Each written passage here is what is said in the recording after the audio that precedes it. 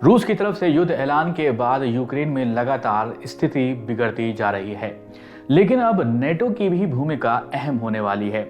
इस वीडियो में हम ये आपको बताएंगे कि नेटो क्या है, इसके बारे में जानकारी देंगे। साथ ही रूस और यूक्रेन के युद्ध में नेटो की क्या भूमिका रह सकती है और अमेरिका इस मामले में क्यों रूस से तानातानी किए बैठा है, समझेंगे इस वीडियो में। मेरा नाम है सैयद सोबान और आप देख रहे हैं जागरणजोश.com।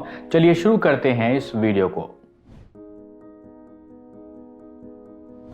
अंग्रेजी शब्द के 4 अक्षर NATO, इससे बना है नेटो, जिसका फुल फॉर्म है नॉर्थ अटलांटिक ट्रीटी ऑर्गेनाइजेशन। 1949 में अमेरिका, कनाडा, ब्रिटेन और फ्रांस के सहित 12 देशों द्वारा गठित ये एक सैन्य गठबंधन है। इसके मेंबर्स ने ये तय किया हुआ है कि किसी एक सदस्य राज्य के खिलाफ सशस्त्र हमले की स्थिति में नेटो के सभी सदस्य एक दूसरे की सहायता के लिए आगे आएंगे और इसी बात की सहमति बनी हुई है।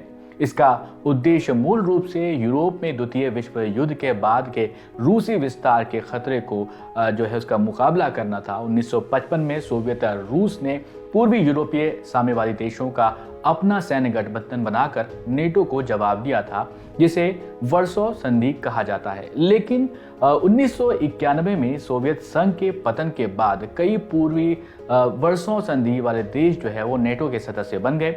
नेटो गठबंधन में अब कुल वो 30 सदस्य शामिल हैं।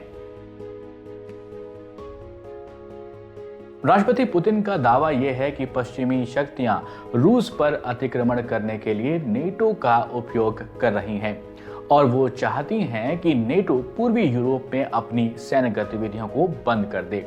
रूस कई समय से ये कहता हुआ आ रहा है कि अमेरिका ने 1990 में की गई इस गारंटी को तोड़ दिया है कि नेटो पूर्व की ओर विस्तार नहीं करेगा, लेकिन वहीं नेटो ने रूस के दावों को खारिज कर दिया था और ये कहा था कि उसके कुछ सदस्य देश रूस के साथ सीमा साझा करते हैं, लेकिन ये सिर्फ एक राष्ट्रात्मक गठबंधन है।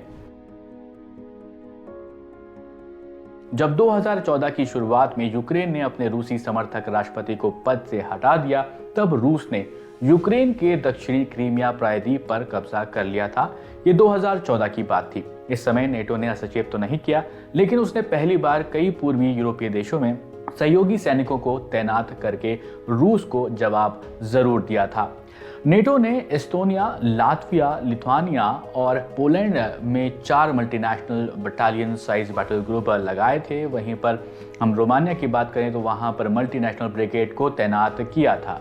रूस ने यह पहले भी कहा था कि वो इन फोर्सेस को हटाना चाहता है।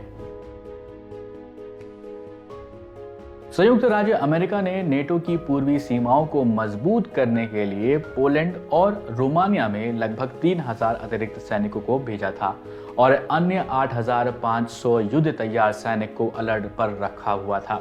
वहीं यूके ने यूक्रेन को 2000 छोटी दूरी की टैंक रोधी मिसाइलों को भेजा था। पोलैंड में 350 और सैनिक भेजे थे और अतिरिक्त 900 सैनिक के साथ एस्टोनिया में अपनी ताकत दोगुनी की थी। इन बातों से यही समझ आता है कि यूक्रेन नेटो का हिस्सा बनना चाहता है, लेकिन रूस इसके खिलाफ है। बात यहीं से शुरू होती है और युद्ध भी यहीं से शुरू होता है। फिलहाल इस वीडियो में इतना ही। इस वीडियो को अपने दोस्तों के साथ शेयर करें और अभी तक आपने हमारे चैनल को सब्सक्राइब नहीं किया है तो जरूर सब्सक्राइब करें और देखते रहें जागरणजोश.com।